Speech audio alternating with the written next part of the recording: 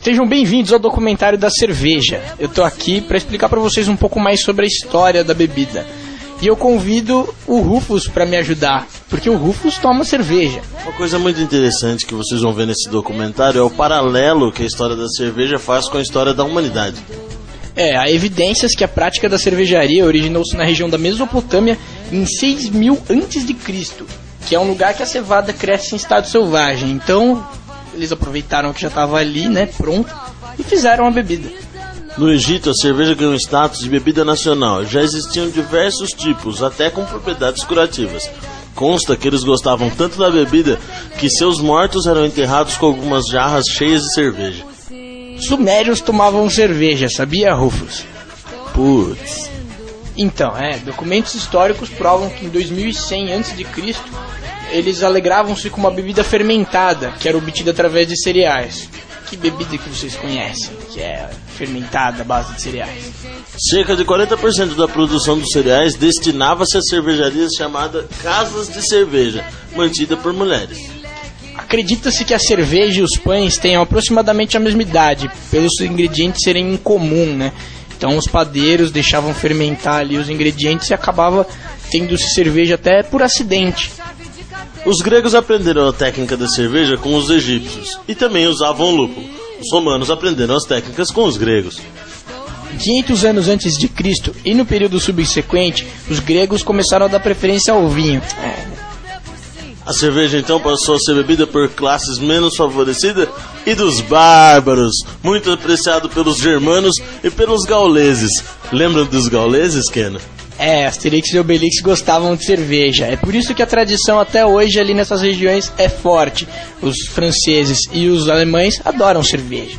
Foi nessa época que as palavras servicia ou servícia passaram a ser utilizadas pelos romanos, em homenagem a Ceres, a deusa da agricultura, fertilidade e cerveja. Amém. Rufus, você sabia que o professor Paul Haupt, da Universidade de Virgínia, em 1926, quando ele traduziu uma tábua cuneiforme assíria encontrada nas ruínas de Nínive, afirmou que a parte do carregamento da Arca de Noé era cerveja? Não sabia. Coisa de louco a cerveja, né? Imagina, a partir da Idade Média, os conventos assumiram a fabricação da cerveja, que até então era feita de forma doméstica. No século X, conforme os documentos encontrados no convento de St. Gallen, na Suíça, os frades que produziam cerveja recebiam 5 litros diários para seu consumo pessoal. 5 litros, cara? Esses caras ficavam mijando até o rim, meu. Foram os monges que tornaram popular o uso de lúpulo como fator de amargor da cerveja. Neste mesmo século, o rei Ludwig da Baviera decretou uma lei favorecendo aos conventos a fabricação de cerveja e estabeleceu cotas para aristocratas de acordo com suas categorias hierárquicas. Então quer dizer que se eu fosse um grande nobre, eu ia poder beber mais? Isso mesmo. Que legal, cara. Os conventos mais antigos que iniciaram a produção da cerveja foram os de St. Gallen, na Suíça, e os alemães Hohenstephan e o St. Emmenen. Os beneditinos Hohenstephan foram os primeiros a receber oficialmente a autorização profissional para a fabricação da cerveja em 1040 d.C. Então quer dizer que essa daí deve ser a cervejaria mais antiga do mundo e em funcionamento até hoje, Porque eu já tomei essa cerveja. Sim, conhecida como Centro de Ensino de Tecnologia da Cervejaria da Universidade Técnica de Munique. Caramba! Os povos do norte da Europa descobriram a técnica da cervejaria não muito antes da era cristã. As primeiras bebidas celtas e teutônicas eram feitas de uma mistura de milho e mel, que originaram o hidromel, que tem um sabor ligeiramente ácido. Isso levou ao desenvolvimento de fermentações láticas. A cerveja sempre foi consumida em países onde o clima e o solo eram inadequados para a produção do vinho e da uva. Uma curiosidade é que a cerveja já era conhecida na América antes de Colombo, que teria ganhado dos índios cerveja de milho. Entretanto, foram os ingleses, em 1548, que introduziram a verdadeira cerveja.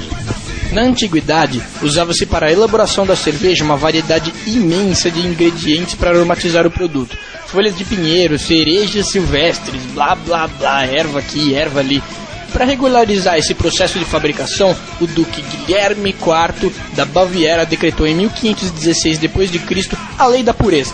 Essa lei, a mais antiga e conhecida do mundo, determina que os ingredientes que podem ser utilizados na fabricação da cerveja são cevada, lúpulo e água. A levedura da cerveja ainda não era conhecida e somente mais tarde ela foi incluída na lei. Antes, o processo de fermentação da cerveja era natural, mas a partir do século XIX a fabricação foi dominada pela ciência. Louis Pasteur, notável cientista francês, convenceu os produtores a utilizarem culturas selecionadas de leveduras para a fermentação do mosto, para manter uma padronização na qualidade da cerveja e impedir a formação de fermentação acética. Pasteur descobriu que eram os micro-organismos os responsáveis pela deteriorização do mosto. Graças a esse princípio fundamental, limpeza e higiene tornaram-se os mais altos mandamentos da cervejaria. E o nome de Louis Pasteur é lembrado através do termo pasteurização, método pelo qual os micro-organismos são inativados através do calor. Emil Christian Hansen desenvolveu o microscópio e descobriu as células de levedura de baixa fermentação. Antes eram só conhecidas as de alta fermentação. Ele isolou essa célula e a partir desse procedimento foi permitido a constância do sabor e qualidade da cerveja. Nossa, quanto cientista mexendo com cerveja, né?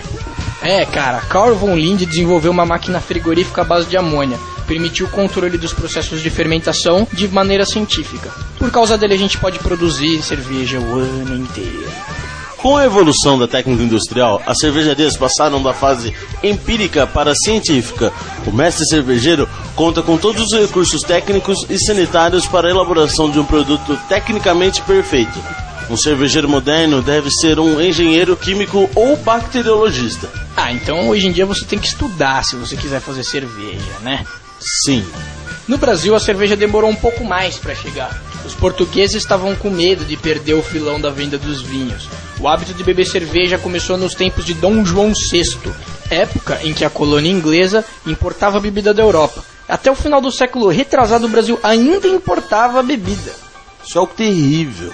As primeiras indústrias brasileiras surgiram na época da Proclamação da República, em 1889.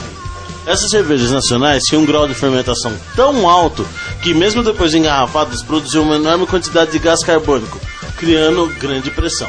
As primeiras marcas nacionais foram a Logos, Guarda Velha e Gabel. Um pouco mais tarde surgiram as marcas Vesoso, Estampa, Olinda, Leal e Rosa, e todas elas morreram. Destino bem diferente que teria a manufatura da cerveja do suíço Joseph Williger, fundada em 1888 no Rio de Janeiro, portanto muito antes das demais. Inconformado com a má qualidade das cervejas até então fabricadas no Brasil, ele decidiu abrir uma cervejaria em sua própria casa. Sua fórmula fez muito sucesso. A cada dia sua casa estava mais cheia de amigos que queriam beber o novo produto. Que legal, cara. Esse documentário chega ao fim. E aí, Rufus, vamos tomar uma cerveja? Demorou, vamos chamar o Mac.